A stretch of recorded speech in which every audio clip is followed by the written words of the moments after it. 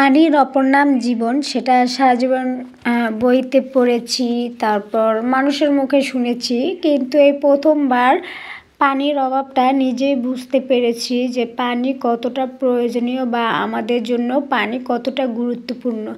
আসসালামু আলাইকুম, সবাই কেমন আছেন? আশা করি ভালো। আমিও কিন্তু আপনাদের দোয়া ভালোবাসায় অনেক অনেক ভালো আছি। ইনশাল্লাহ আপনারা যতটুকু আমাকে ভালোবাসা দিচ্ছেন আমি ততটুকুতেই এগিয়ে যাচ্ছি সামনের দিকে। তো আজকে কিন্তু আমি পানি নিয়েই কিছু গুরুত্বপূর্ণ কথা বলবো। এটাই বাস্তব যে পানির অপর নাম জীবন। তো এতদিন বই পুস্তকে পড়েছি, মানুষের মুখে শুনেছি, আজকে সেটা নিজেই অনুভূতি করতে পেরেছি যে পানি আমাদের জীবনে কতটা গুরুত্বপূর্ণ। প্রথমত যেমন আজকে আমি পানির অভাবে রান্না করতে পারিনি, বা পানি একটু কারণ এখানে খাওয়ার পানি ওয়াসার পানি দেয়, তবে একটু দেরিতেই দিয়েছিল। এখানে পানিওয়ালারা গাড়ি টেনে এনে পানি দেয়। তো গত 4-5 দিন পর ওনাদেরকে ফোন করে ডেকে এনেছি পানির জন্য।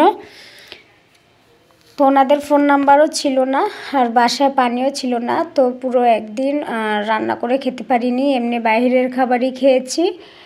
তো ওই মুহূর্তে বুঝতে পেরেছি আসলে পানি আমাদের জীবনে কতটা গুরুত্বপূর্ণ, আর পানি ছাড়া চলাই যায় না। কারণ সেটা আপনি গোসল থেকে রান্না বাড়া সব কিছুতেই কিন্তু পানির প্রয়োজন। তো অনেকে হয়তো পানি অপচয় করে বেশি, এটা কখনোই করবেন না। কারণ এই পানির কষ্টটা আমি বুঝতে পেরেছি যে পানি না থাকলে কতটা কষ্ট হয়। তো সারাদিন পানির অভাবে রান্নাও হয়নি, তেমন খাওয়া দাওয়া হয়নি। তো 9টার পর যখন ওয়াসার পানি দিয়েছে, সকাল ধরে পানি ছিল না, গত এর আগের দিন থেকেই পানি ছিল না।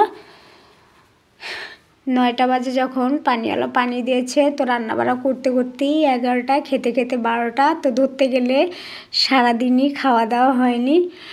তো হয়তো আমার এই ভিডিওর ভিতর আজকে আমি পানি নিয়েই গুরুত্বপূর্ণ কথাগুলো বলেছি। যদি আমার ভিডিওটি আপনাদের থেকে ভালো লেগে থাকে অবশ্যই লাইক কমেন্ট শেয়ার করবেন।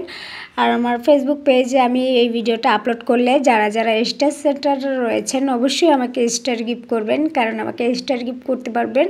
তো সবাই ভালো থাকবেন, আশা করি সবাই আমার পাশে থাকবেন।